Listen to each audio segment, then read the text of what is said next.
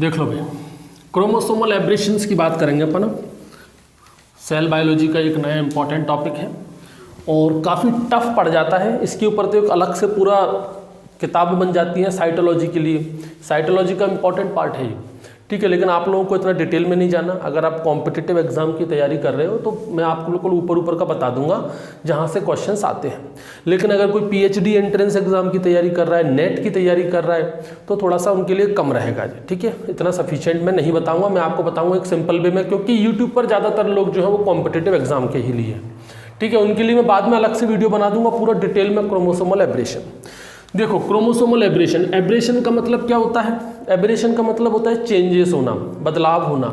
चूंकि जुड़ा क्या है साथ में? क्रोमोसोम। तो क्रोमोसोमल एब्रेशन का मतलब हो गया कि क्रोमोसोम के अंदर बदलाव हो रहा है, ठीक है। अब देखो, पहले एक चीज आप समझ लो, क्रोमोसोमल एब्रेशन से पहले आपको पता है कि किसी भी व्यक्ति के अंदर जितने भी कैरेक्टर्स होते हैं, चाहे वो व्यक्ति हो चाहे वो प्लांट हो, कोई भी लिविंग ऑर्गेनिज्म हो, उसके अंदर जितने भी कैरेक्टर्स होते हैं वो सब किससे कंट्रोल किए जाते हैं?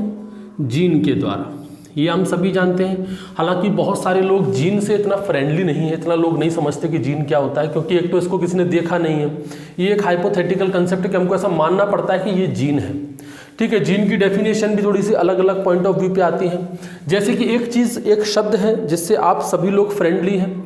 कोई बच्चा अगर कॉम्पिटिटिव एग्जाम की तैयारी नहीं भी कर रहा है या नहीं भी इतना पढ़ा लिखा है, तो वो भी वो उस चीज़ को जानता होगा, और वो चीज़ है डीएनए।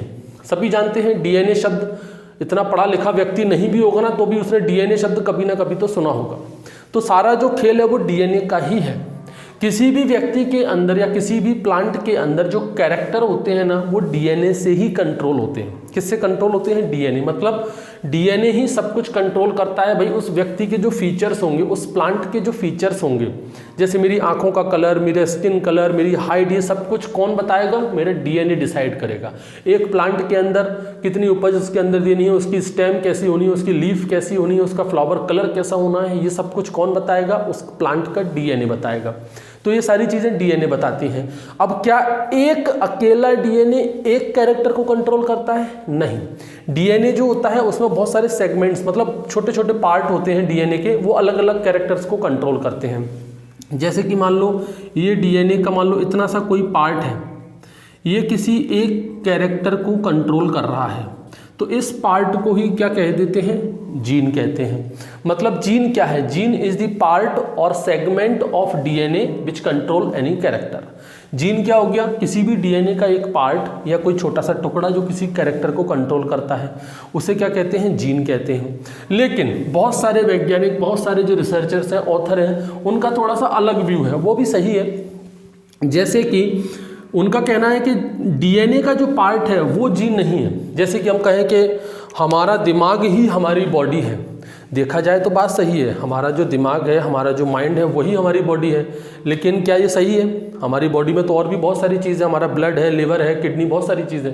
लेकिन देखा जाए, एक तरीके से देखा जाए तो सारी चीज़ें किससे कंट्रोल हो रही हैं? दिमाग से ही हो रही हैं। वही चीज़ यहाँ पर है। एक्चुअल में इनडायरेक्टली देखें तो सही बात है। जीन क्या है? हमारा डीएनए ही है। हमारा डीएनए का ही हिस्सा क्या है? जीन है।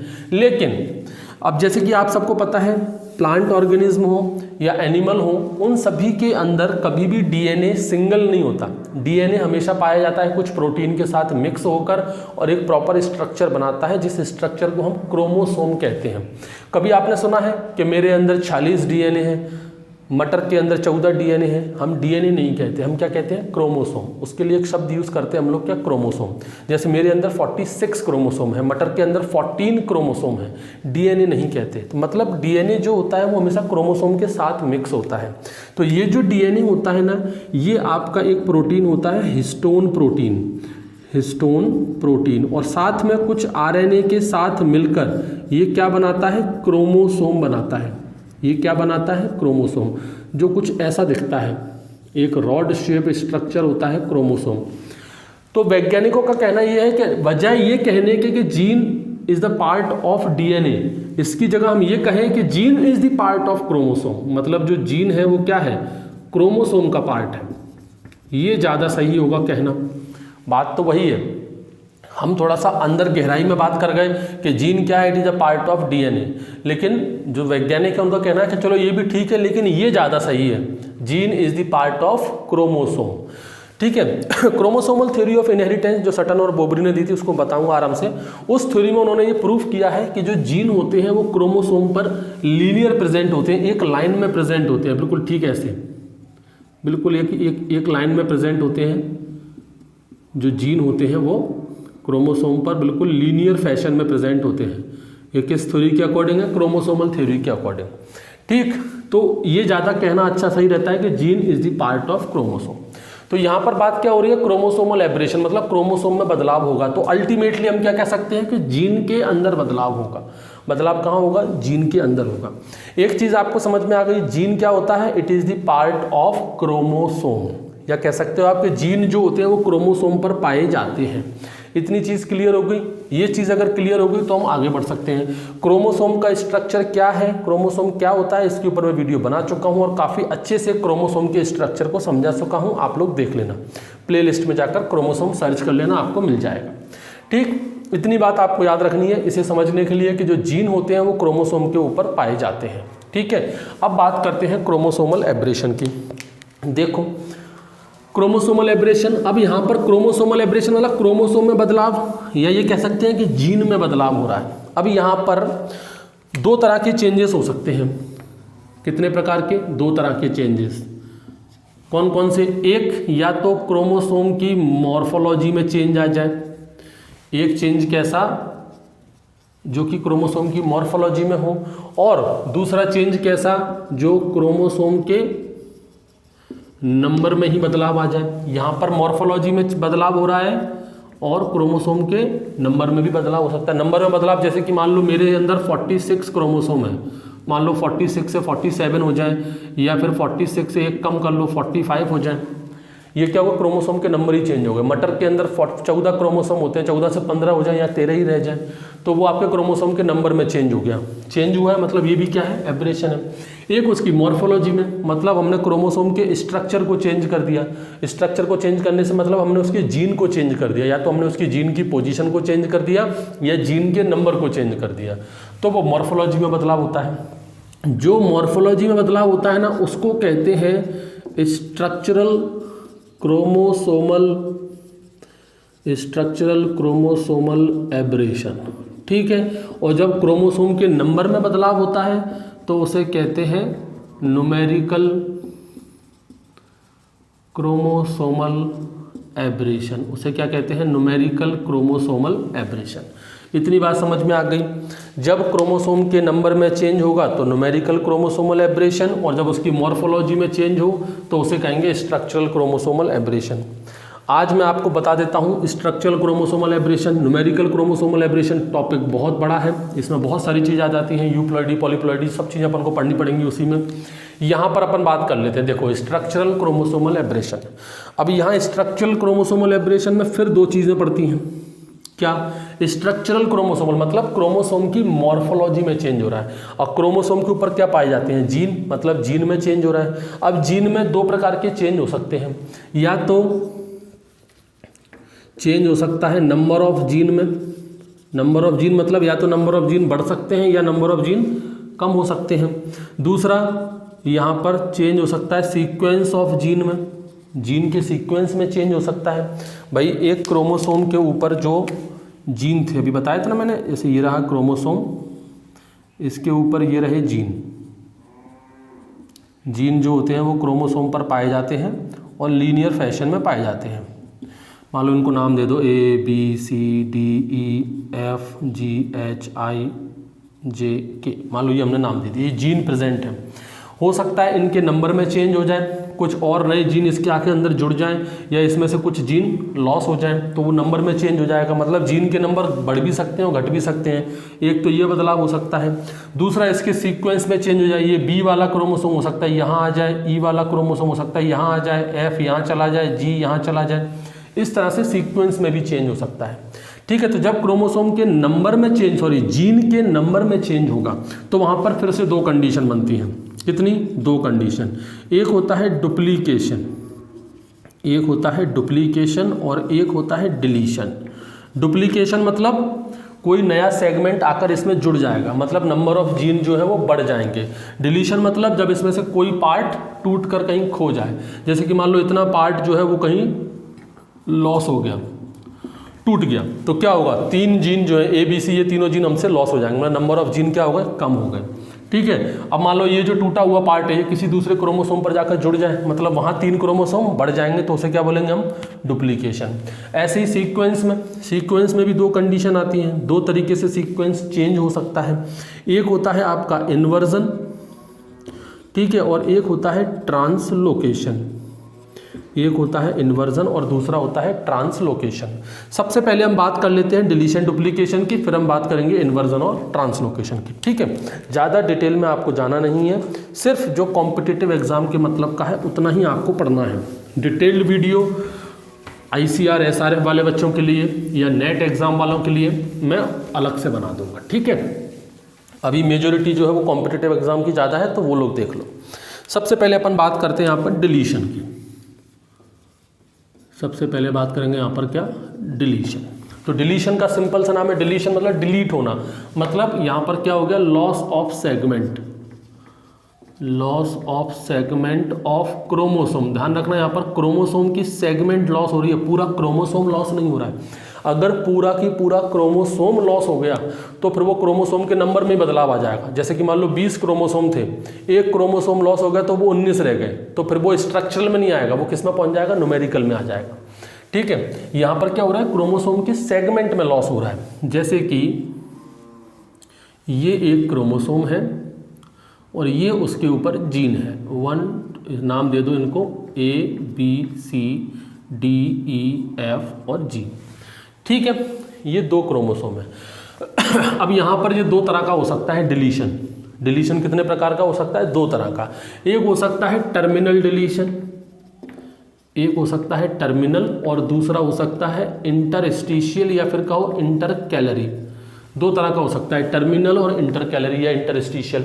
नाम से समझ में आ रहा है, टर्मिनल मतलब ऊपर वाला पार्ट, जैसे कि मान लो ये ऊपर वाला पार्ट जो है वो डिलीट हो गया, ये ऊपर वाला जो पार्ट है वो क्रोमोसोम का जो डिलीट हो गया, इसके अंदर A और B ये 2 सेगमेंट थी, ये क्या हो गया, डिलीट हो गया, इसको क्या बोलेंगे, टर्मिनल। ये कौन सा हो गया अपना, टर्मिनल डिलीशन। एक होता है इंटरस्टिशियल, बीच वाला पार्ट, मान लो जैसे कि E और F, ये इतना जो पार्ट है वो आपका डिलीट हो गया, तो ये सेंटर में से गया है, ये पार्ट कहाँ से गया है, सेंटर में से गया है, तो इसको क्या बोल देंगे अपन, इंटरकैलरी।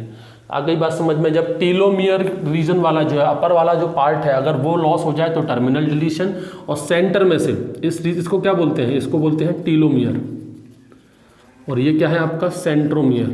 तो सेंट्रोमियर और टीलोमियर के बीच वाला अगर कोई पार्ट निकले तो उसे इंटरकैलरी कहेंगे, और टीलोमियर ही खुद निकल जाए तो उसको टर्मिनल कहेंगे। आ गई बात समझ में। ये तो हो गया क्या आपका डिलीशन। ठीक है, दूसरा देखो डुप्लीकेशन, दूसरा है आपका डुप्लीकेशन। ठीक है, इसमें क्या हो रहा है, जब ये पार्ट कहीं निकल के चला जाएगा तो यहाँ पर क्रोमोसोम यहाँ पर जो जीन नंबर होंगे वो क्या होगा, जीन का जो नंबर है वो डिक्रीज होगा। ठीक, अब आ जाओ डुप्लीकेशन। डुप्लीकेशन में क्या होगा, मान के चलो ये जो टूटा हुआ पार्ट है ये किसी दूसरे क्रोमोसोम पे जाके जुड़ जाए तो क्या हो जाएगा, डुप्लीकेशन हो जाएगा। अब ये जो डुप्लीकेशन है ना, ये 4 टाइप का होता है। कितने टाइप का होता है, 4 टाइप का। देखो जैसे कि मान लो ये रहा नॉर्मल क्रोमोसोम, ये अपन ने बना दिया उस पर जीन ABCDEFGHIJ। ठीक है, ये अपन ने एक क्रोमोसोम बना दिया, ये उसके ऊपर होगा जीन। अब वो 4 टाइप के कौन कौन से हो सकते हैं। एक तो होता है अपना टेंडम डुप्लीकेशन, एक होता है कौन सा, टेंडम। टेंडम डुप्लीकेशन में क्या होगा, देखो ये रहा क्रोमोसोम। ठीक है, ये कोई दूसरा क्रोमोसोम है, मान लो यहाँ से कोई पार्ट है, या मान लो ये नॉर्मल क्रोमोसोम है, मान लो ये वाला जो पार्ट है अपना, या इसको ले लो, E और F को ले लो आप। ठीक है, या कोई दूसरा पार्ट ले लो कहीं से भी, चलो इसको भी बोलो आप, कोई दूसरा पार्ट मान लो अपना एक दूसरा पार्ट आया C और D, ये एक छोटा सा सेगमेंट है, ये किसी क्रोमोसोम का टूटकर आया है, वो यहाँ पर आके जुड़ेगा। अब वो 4 तरीके से आके जुड़ सकता है यहाँ पर। देखो A B तो इसके पास है ही, और ये रहा आपका C और ये रहा आपका D। अब अगर ये C और D, ठीक C और D के बाद, ये जो नॉर्मल क्रोमोसोम में CD होंगे ना, और जो टूटा हुआ वाला पार्ट है उसके पास भी C और D है, और ये ठीक इसके बाद ही आकर अगर जुड़ते हैं C और D इस तरह से, मतलब जो मेन जो जीन सेगमेंट है C और D, उसके ठीक बाद उसी सीक्वेंस में C और D आकर जुड़ रहा है ना, तो उसे कहते हैं टेंडम डुप्लीकेशन। उसको क्या कहते हैं? Tandem duplication. एक कंडीशन क्या हो सकती है, अगर यही डुप्लीकेटेड सेगमेंट उल्टा होकर जुड़े, जैसे कि A, B, C और D, ये तो कॉमन है। अब जो नया आके जुड़ेगा वो हो सकता है ऐसे जुड़ेगा, यहाँ पर पहले D आ जाए फिर C आ जाए, मतलब ये जस्ट अपोजिट रिवर्स आके जुड़ा है, तो इसको बोलेंगे क्या? Reverse tandem duplication. इसको क्या कहेंगे? Reverse tandem duplication. आ रही ना बात समझ में?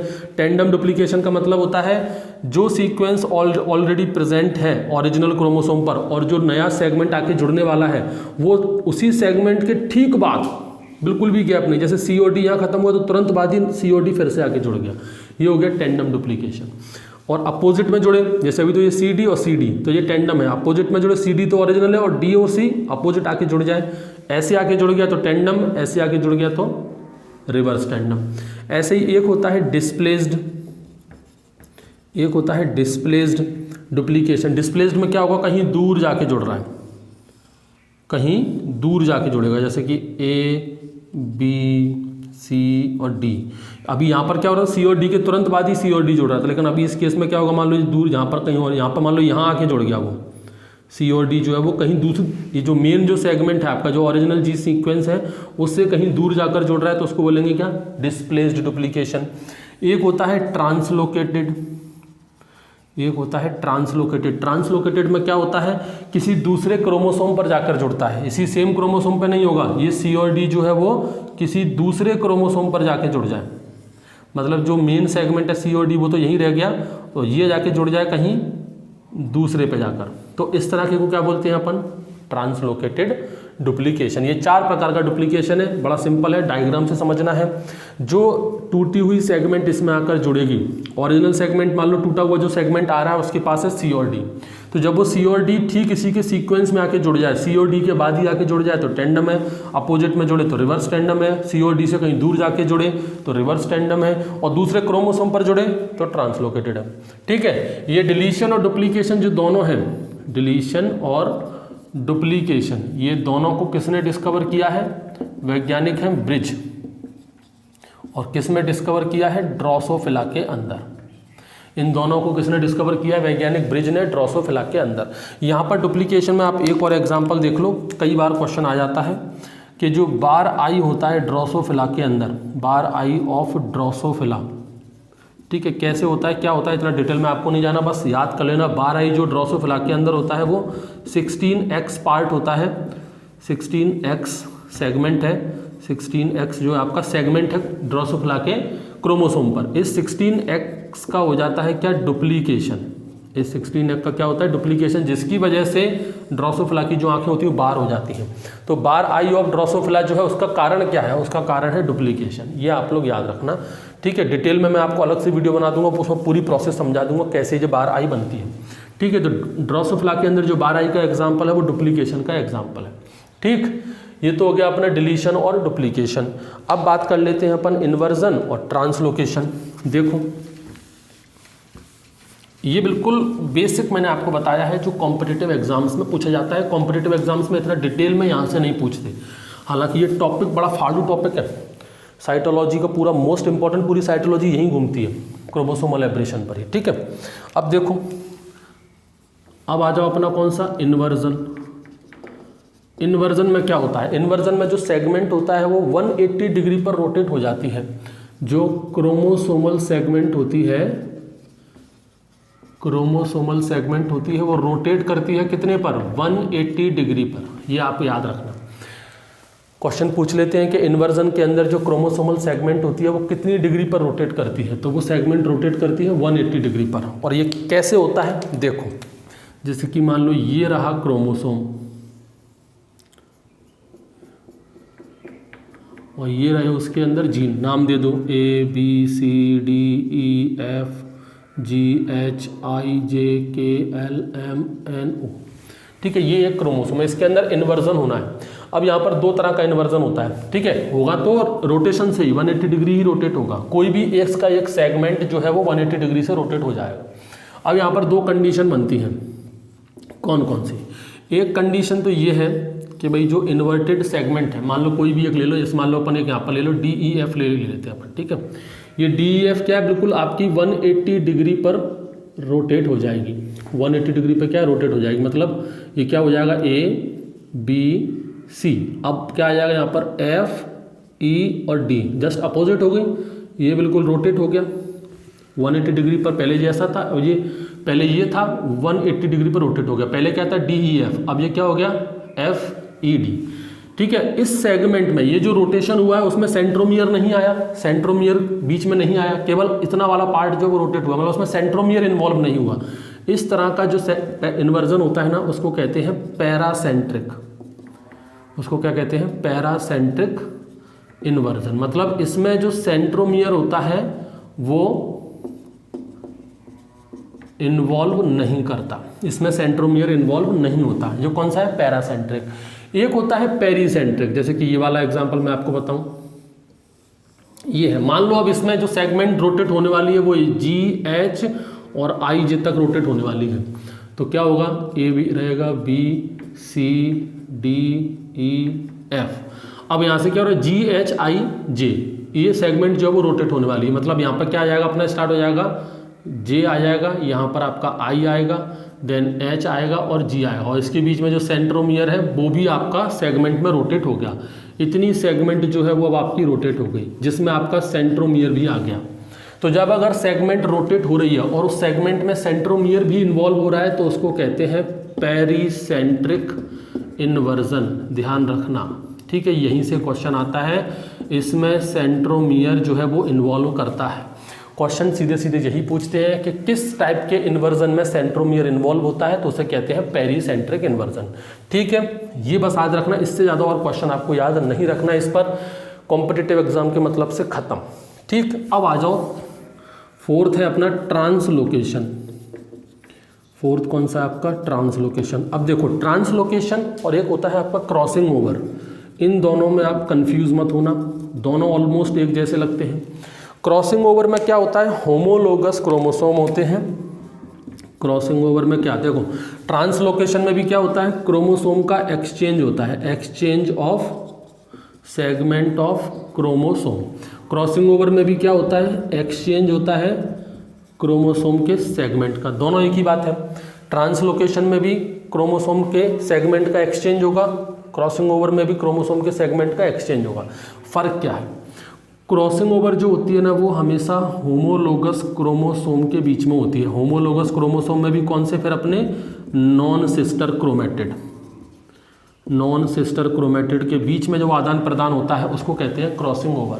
यहाँ पर जो एक्सचेंज हो रहा है वो आपका नॉन होमोलोगस के बीच में हो रहा है, ये है मेजर डिफरेंस, आप यहाँ पर याद रखना। यहाँ पर जो एक्सचेंज होगा वो नॉन होमोलोगस क्रोमोसोम के बीच में होगा, यहाँ पर एक्सचेंज होमोलोगस क्रोमोसोम के बीच में होगा, ये क्रॉसिंग ओवर।